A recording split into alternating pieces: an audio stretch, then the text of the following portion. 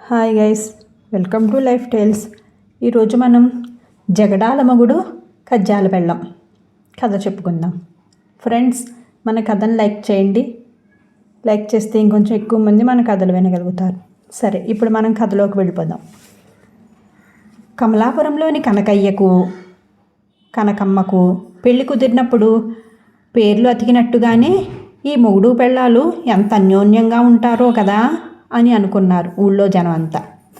అయితే పెళ్ళయి ఏడాది తిరగకుండానే వాళ్ళు జగడాల మగుడు కయ్యాల పెళ్ళంగా పేరు తెచ్చుకున్నారు. ఇద్దరికీ క్షణం పడేది కాదు. ప్రతి చిన్న విషయానికి పెద్దగా అరుచుకుంటూ రచ్చరచ్చ చేసుకుంటూ ఉండేవారు. ఒకరోజు రాత్రి ఒక పిల్లికోన అరుపులతో నిద్ర చెడిపోతూ ఉంది కనకయ్యకి. ఆ పిల్లికోన ఏ కిటికీలోంచి లోపలికి దూకిందో కానీ వాళ్ళ మంచం కిందే కూర్చొని మ్యావ్ మ్యావ్ అంటూ అరుచుకుంటూ ఉంది. కనకయ్య కోపంగా, ఏమో కుంభకర్ణుడు ముద్దుల చెల్లెలా, రాత్రి పడుకునే ముందు అన్ని కిటికీల తలుపులు ముయ్యమంటే ముయ్యవు కదా, ఆ పిల్లి కూనను అవతలికి తోలు అంటూ నిద్రలో ఉన్న పెళ్ళాన్ని ముసుగులాగి మరీ లేపాడు. కనకమ్మ గట్టిగా ఆవులిస్తూ, అర్ధరాత్రి ఏమిటి అంకమ్మ శివాలు, కావలిస్తే నువ్వే దాన్ని అవతలికి తోలుకో, దాని అరుపుకే చెడే నిద్ర కాదు నాది అంది ముఖం మీదకి దుప్పటి లాక్కుంటూ. ఇక ఆమెతో లాభం లేదనుకుని నిద్ర కళ్ళతోనే మంచం దిగి గోడ కానించి ఉన్న కర్రను చేతిలోకి తీసుకున్నాడు కనకయ్య. పిల్లికోన పడక గదిలోంచి మధ్య గదిలోకి, అక్కడి నుంచి ముందు గదిలోకి కనకయ్యని పరుగులెత్తించింది. కనకయ్య ముందు గదిలోకి రావటంతోనే మళ్ళీ పిల్లికోన లోపలికి వెళ్లకుండా ఆ గది తలుపులు మూసేశాడు. తర్వాత వీధి తలుపులు తీసి పిల్లిని అదిలించి బయటకు పంపించాడు. పిల్లి మ్యావ్ అంటూ అరుచుకుంటూ చీకట్లోకి పారిపోయింది. విజయం తనదే అనుకుంటూ కనకయ్య వీధి తలుపులు మూయబోతూ ఉంటే నిలువెత్తు దొంగలిద్దరూ ఆ పిల్లి కోనను కిటికీలోంచి లోపలికి పంపింది మేమే, దాన్ని బయటకి తోలటానికైనా వీధి తలుపో పెరటి తలుపో తీసుకుని వస్తారని మాకు తెలుసు అంటూ దుడ్డు కర్రలతో లోపలికి ప్రవేశించారు. కనకయ్య నిలువెల్లా వణికిపోతూ ఏదో అనబోయాడు. కానీ దొంగల్లో ఒకడు దుడ్డు కర్రను గట్టిగా జులిపించి, నోరెత్తకో, అసలే మేం మంచివాళ్ళం కాదు అన్నాడు. తర్వాత వాళ్ళు కనకయ్యను ముందు గదిలో ఉన్న స్తంభానికి వాళ్ళ వెంట తెచ్చిన తాడుతో గట్టిగా కట్టేశారు.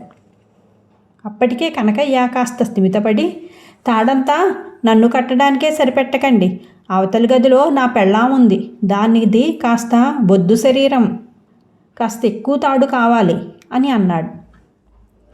నేను ఆడవాళ్లను కంటి చూపుతోనే కసిరి కట్టేయగలను అంటూ ఎర్రటి కళ్ళున్న నల్ల దొంగ పెద్దగా నవ్వాడు. ఇంతలో పిల్లి కళ్ళ తెల్ల దొంగ వీధి తలుపు గడియ పెడుతూ ఉంటే నల్ల దొంగ కనకమ్మ ఉన్న గదిలోకి వెళ్ళాడు. అలికిడి విన్న కనకమ్మ పక్క మీద కదులుతూ, నువ్వెక్కడి మగాడివయ్యా, పిల్లి కూనను అవతలికి తోలటానికి పులితో యుద్ధం చేసినంతసేపా అంది. ఆ గదిలోకి వచ్చింది కనకయ్య అనుకుని. నీ మొగుడి వైభోగం కళ్ళారా చూద్దుగాని, నోరు మూసుకుని నాతో రా అంటూ కనకమ్మ మెడ మీద దుడ్డుకర్ర ఆనించి నల్ల దొంగ కసిరాడు. దాంతో కనకమ్మకు నిద్రమత్తు వదిలి కళ్ళు తెరిచి చూసింది.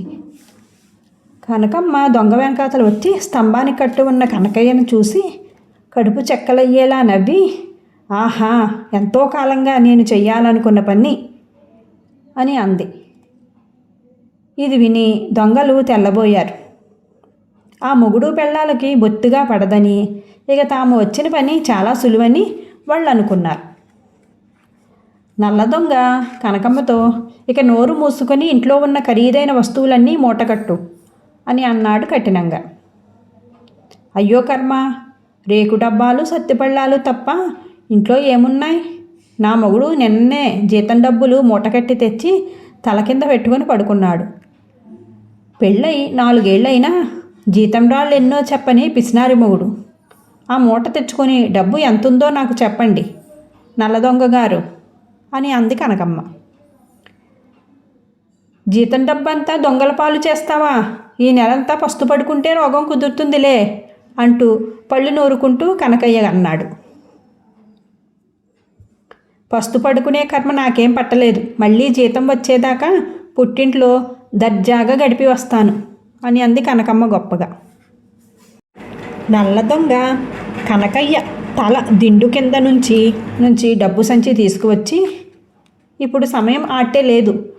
డబ్బు ఎంత ఉందో మహారణ్యంలో మా చీకటి కొండ గుహలో లెక్కపెట్టి వచ్చే అమావాస్యకు ఇక్కడికి వచ్చి నీతో చెబుతానులే చెల్లమ్మ అంటూ పెద్దగా నవ్వాడు.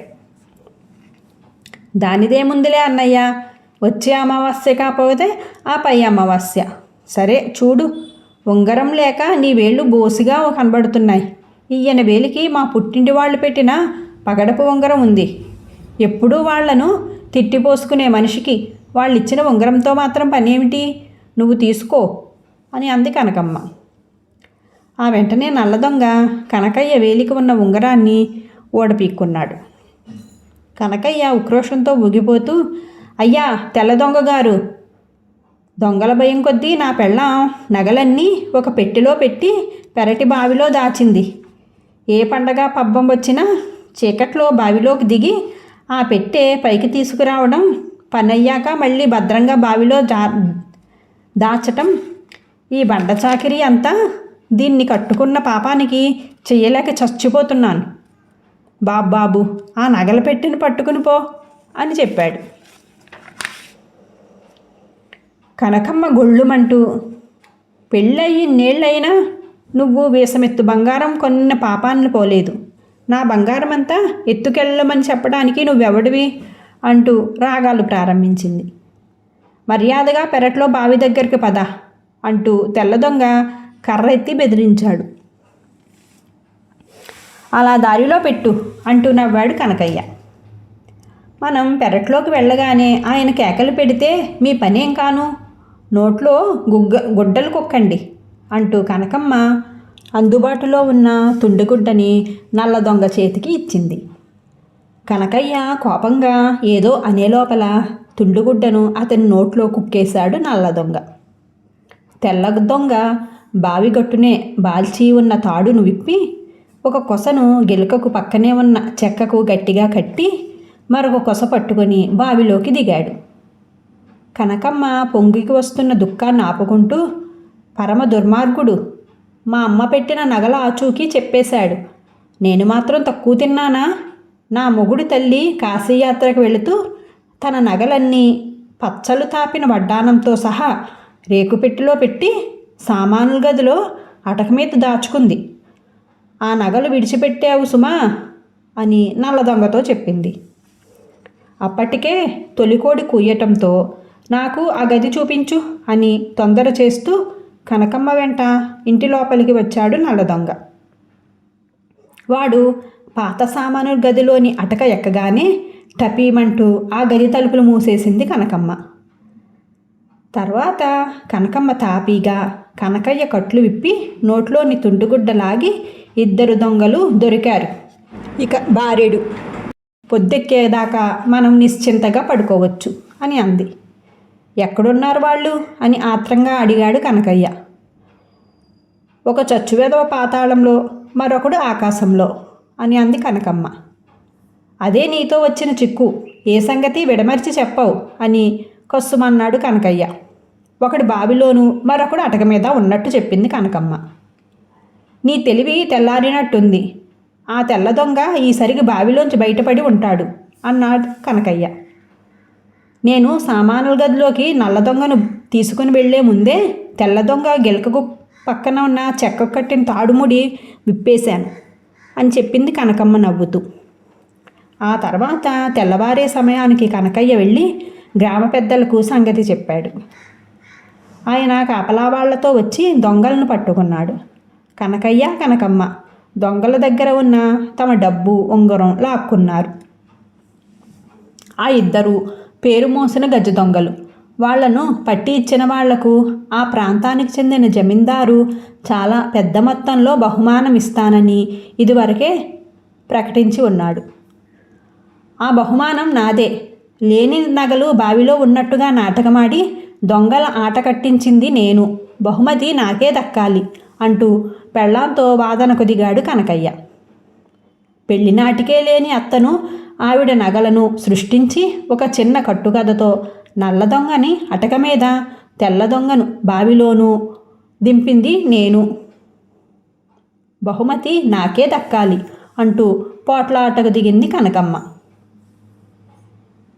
మీరిలా కాట్ల కుక్కల్లాగా పోట్లాడుకుంటూనే ఒక గొప్ప ఘనకార్యం సాధించారు. కలిసిమెలిసి ఉంటే మీకింక ఎదురే లేదు అని గ్రామ పెద్ద, ఊళ్ళో వాళ్ళను మెచ్చుకొని జమీందారు గారి బహుమతి డబ్బు పంపించగానే ఘనంగా వాళ్ళిద్దరినీ సన్మానించి డబ్బును వాళ్ళిద్దరికీ సమానంగా పంచి ఇచ్చారు. కథ సుఖాంతం. Thank you for watching guys. Friends, మన కథను లైక్ చేయండి. Thank you.